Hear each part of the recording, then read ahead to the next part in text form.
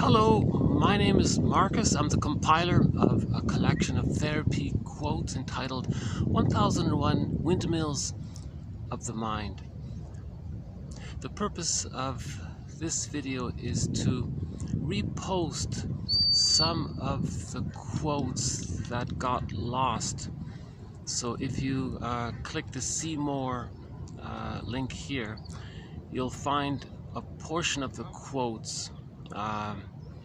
So therapy quotes number, the commentary for therapy quotes number 2152 up to 2210 are no longer available. So those videos are lost, unfortunately, but I want to preserve the material because that's the most important issue, is to preserve the quotes. My commentary is sort of extra, so I won't redo the commentary on it. So in this video you'll find somewhere between 1 and maybe 10 of those quotes that got lost. So I want the collection to be complete. Again, the psychoanalytic perspective. This is a theory about how if we can become conscious of what we forgot or never even knew, but it's known, if we can become conscious of this unknown known, then we're more integrated. We feel more connected to ourselves. That's the idea. So all of the other, or most of the other TQ quotes have some kind of commentary on it. But the quotes from, but this set from 2152 up to 2210, I think I'm going to skip it for now. By the way, I'm just in a little park here, little park area here.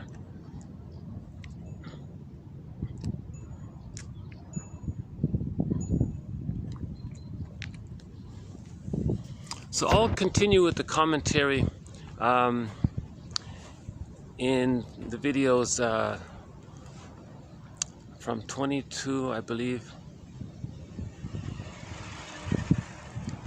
I think it's 22, oh boy, 22, 23 onwards, there'll be further commentary. Okay. So I'm tempted to just comment a little further here. We have 50 threads or themes or topics or e-booklets or chapters within the psychoanalytic perspective. Repetition compulsion is a major one. How we replay the past in the present, magically thinking we can undo the past and get a better outcome and have the happier results of a happier past in our fantasy in the present. It doesn't work. But if there's trauma in the past, the person wants to relive it so it's not so painful, right? So TQ 2119 up to 2129 by Paul Levi-Russell offered some excellent quotes on that topic. So one of our key threads, repetition compulsion. Russell says the baby needs safety. If he has the safety, of course he's going to allow himself to have his feelings. His feelings linked to his identity. I feel, therefore I am. But if the safety's lost, he's going to sacrifice his feelings. Therefore he has this, that's a trauma, developmental, relational trauma. So he wants to recreate later on a certain level of safety that would allow him the ability to get back his golden ball. Now nobody in the present, past the age of 5, can offer that kind of security. Right? That time in the nursery, that's a one-time deal. If that was misattuned or went wrong, a person cannot still try to get those nursing needs met. But it's as if the person might want to try to do that with someone else. But no one else past the age of 5 can be the breast mother and offer that kind of safety. And it's past that critical developmental period. So either we repeat, it doesn't work, we can't get that safety, we're disappointed, so you repeat again because we're still trying to not feel the pain of losing that safety, right? So repetition compulsion is a sign of trauma, right? Russell says they're basically synonymous. And then we transfer the past in the present. We create a new edition of the past and the present. That doesn't work. So Russell says, we are repeating because we're not feeling. So we can mourn the loss of not getting the safety we need. Then we get back to feelings. Then we stop repeating. That's the heart of the matter, to go through that mourning process. And that's another key booklet or set of quotes called Complicated Grief. So if we can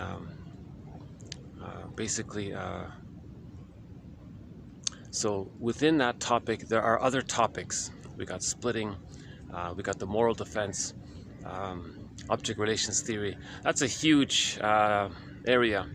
So if we go through the mourning process, forgive the mother, see the two sides of her, face unconscious ambivalence, recognize that she was caught in her dilemma, repeating her trauma, engaged in a negative magic gesture, doing to her child to communicate to her mother in her mind what her mother did to her, and so intergenerational trauma. So the child got shamed by the mother's compulsion to try to heal from her trauma.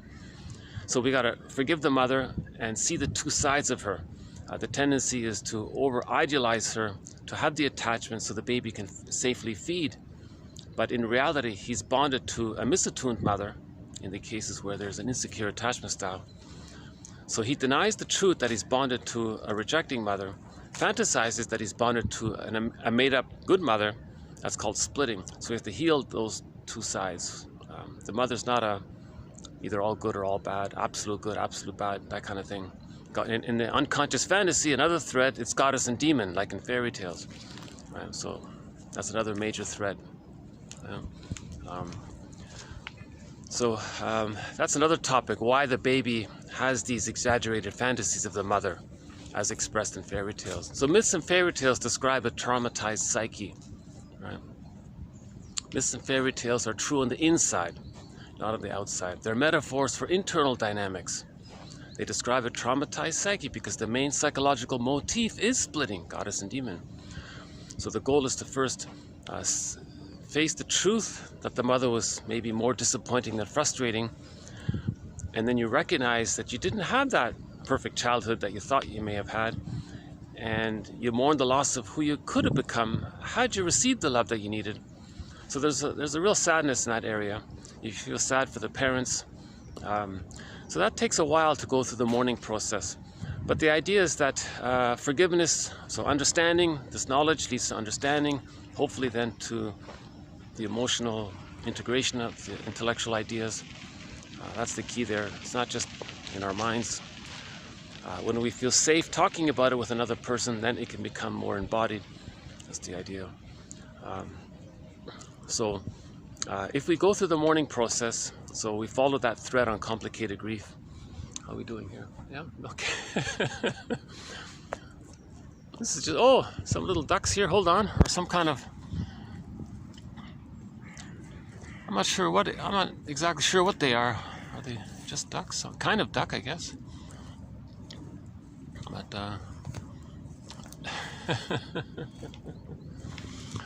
this is a very busy park, so I'm sure they're friendly with the people.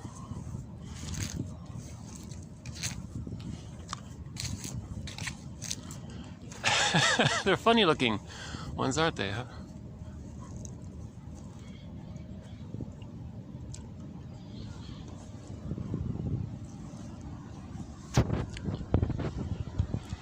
So this issue of forgiveness is a key concept, but we need the understanding to get there. So then when we mourn, we bring the two sides up, we get an honest assessment of the mother, an honest one.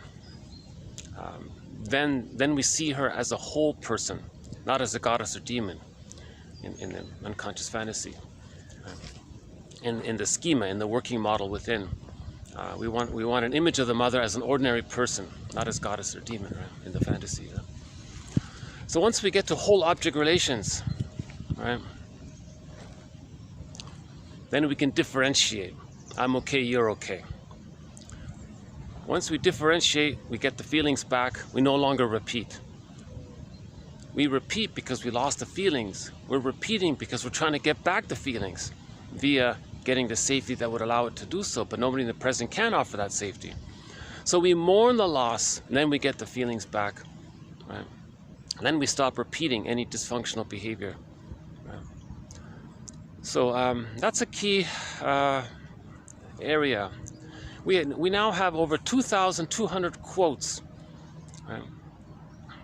Repetition compulsion, complicated grief, the psychology of myths and fairy tales. All of the major defense mechanisms are covered: splitting, projection, projective identification, reaction formation, negative magic gesture, infantile megalomania.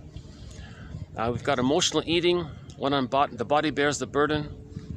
Sarno's work primarily. So we've got some excellent material in 1001 Windmills of the Mind. I have to confess, I did feel a little bit of a loss in losing those past, my most recent 30 videos got lost. And that was some of my best material right there in my delivery. But I'm going to continue. There are setbacks. So that was a bit of a setback. So I lost 100 hours of commentary, roughly. 30 video, almost 100 hours of commentary. But some of it was pretty good. I was proud of some of it, even though no one's probably seen it. I don't get much views. My average video gets maybe 5 or 10 views, but the total watch time is maybe 3 or 4 minutes, let's say. So, but I focus on the material, the quotes. So again, the see more link, the quotes are there. Now, for convenience, if somebody wants a file for the complete 2,000 quotes, actually, the TQ quotes are now 22 plus 100 quotes. But 1001 Windmills of the Mind, the complete file, has actually over 5,000 quotes. So there are another sort of bonus quotes that are sort of honorable mentions. I'm trying to pick out the best of the best. So for example, quotes by Masterson, quotes by Edmund Burglar, Melanie Klein, Karen Horney, William Fairbairn, Margaret Mahler. We've got Robert Bly. We've got quotes from all of the major object relations theorists, Guntrip and Solani and so on. Ogden's a big, others.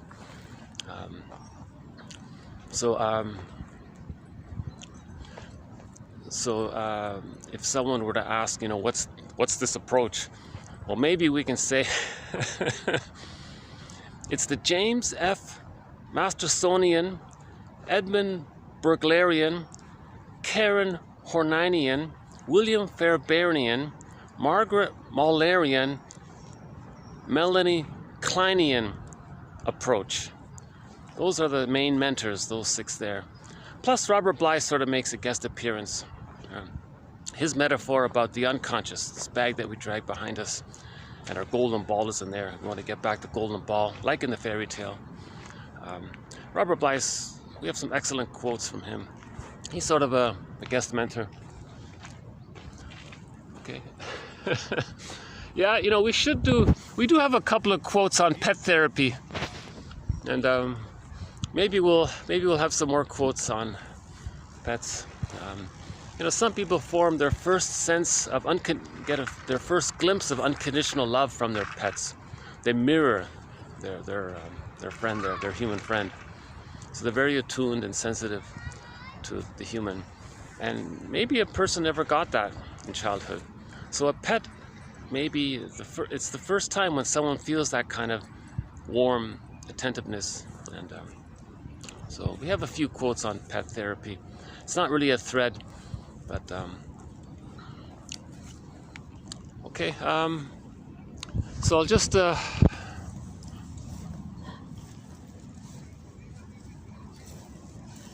leave it here before it gets busier.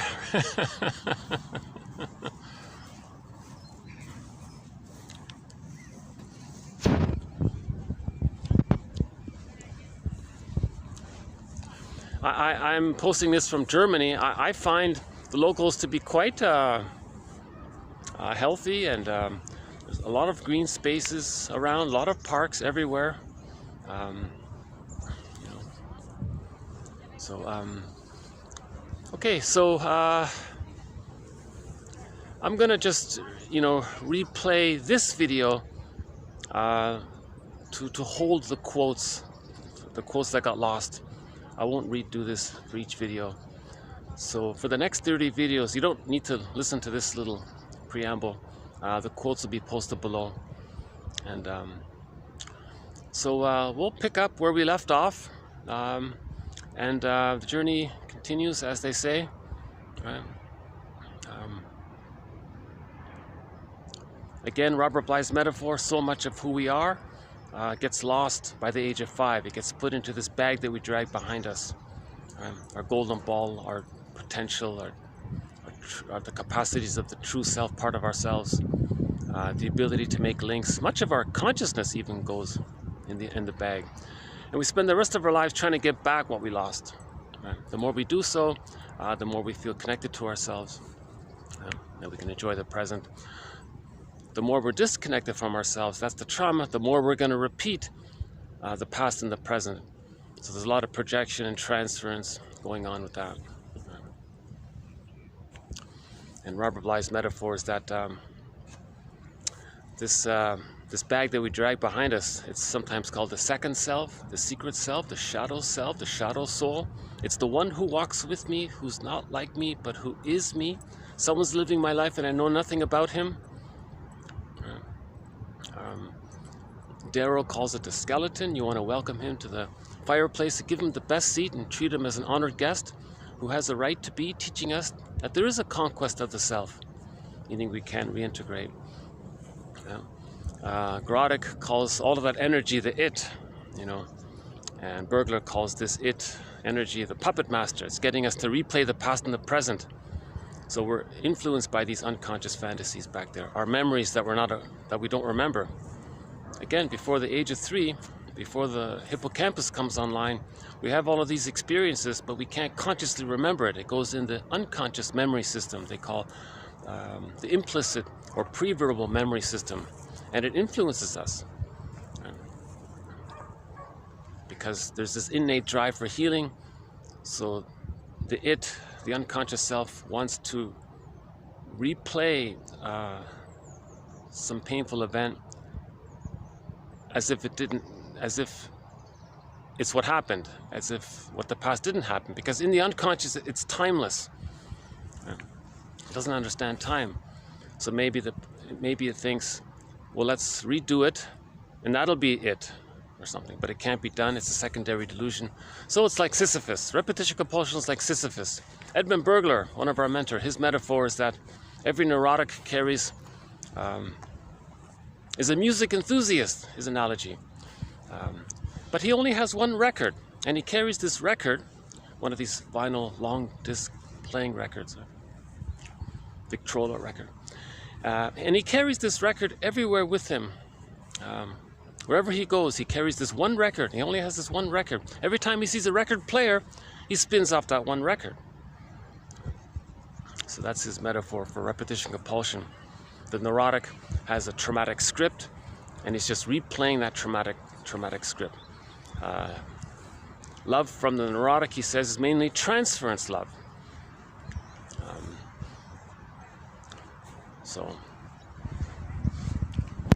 Oh, somebody's fancy boat there.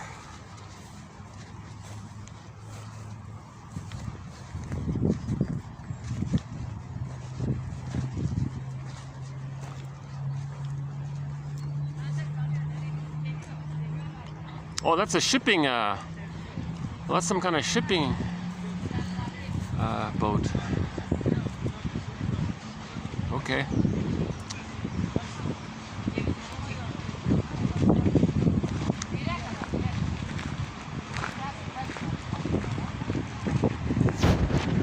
Yeah, the languages you hear in Germany, it's quite amazing. You get to hear pretty much every European language. Actually, it's amazingly multilingual here. In one day, I might hear, 20 different languages or something. I feel like there's more variety of languages here in Germany than even in Canada, where I grew up. There he goes.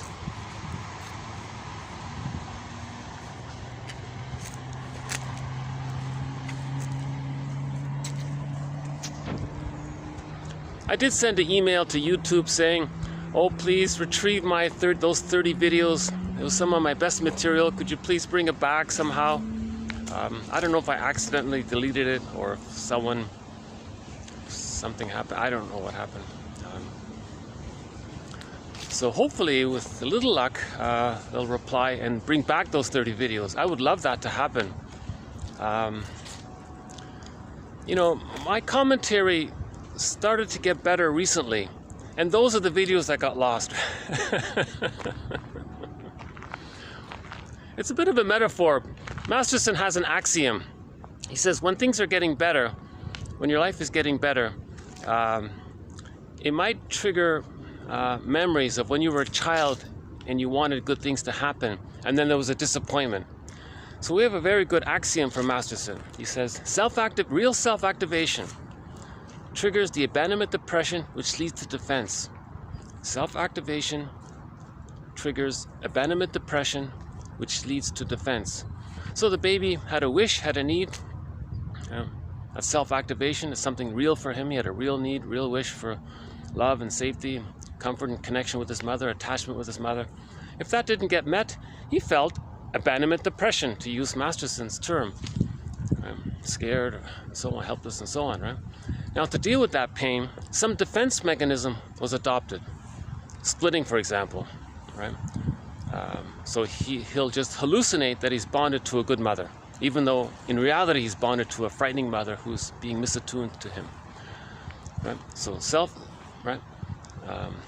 So generally speaking, you want to do something real for yourself in the present. That might trigger the memory of when something you felt was real for you as a child, and you didn't get your needs met, and you felt scared. Then to deal with the pain of that, you did some defense mechanism, thinking in all or nothing ways, either or ways. That's a defense mechanism, right? Or projection, just putting the focus outward, or binge eating, or those kinds of things, right? But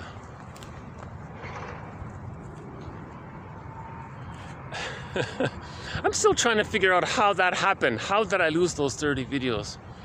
Did I accidentally press the little box that automatically clicked the tick box to the 30 videos posted below it? Something like that. I'm thinking maybe that's what happened. But anyways, it felt like a sadness to me, because it's something that I wanted to share and it's lost, and I felt like there was some good commentary there about prejudice. Another major, oh my God, we did some great material on prejudice in those 30 videos, right? So hopefully in the future videos we'll update our thread on prejudice. That's a key one. And the psychology of religion, another key one, right? So those are two further e-booklets, right? Okay, so I'll just hit the pause button here. Our theme song to 1001 Windmills of the Mind is Katja Epstein's German rendition of the song Windmills of the Mind. Great song. If you click any of the other videos, usually at the end we close the video with that song.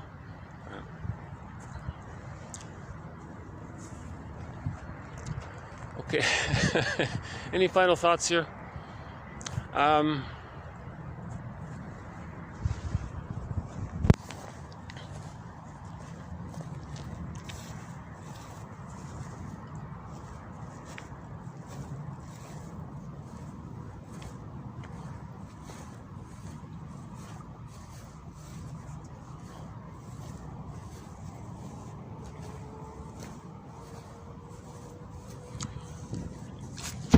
I was just reminded of Claire Weeks's book, Hope and Help for the Nerves. Maybe we can call this collection of quotes Hope and Help for the Soul, maybe. Something like that. Right. Okay, so I'll see you in the next video. Thanks very much. Bye for now.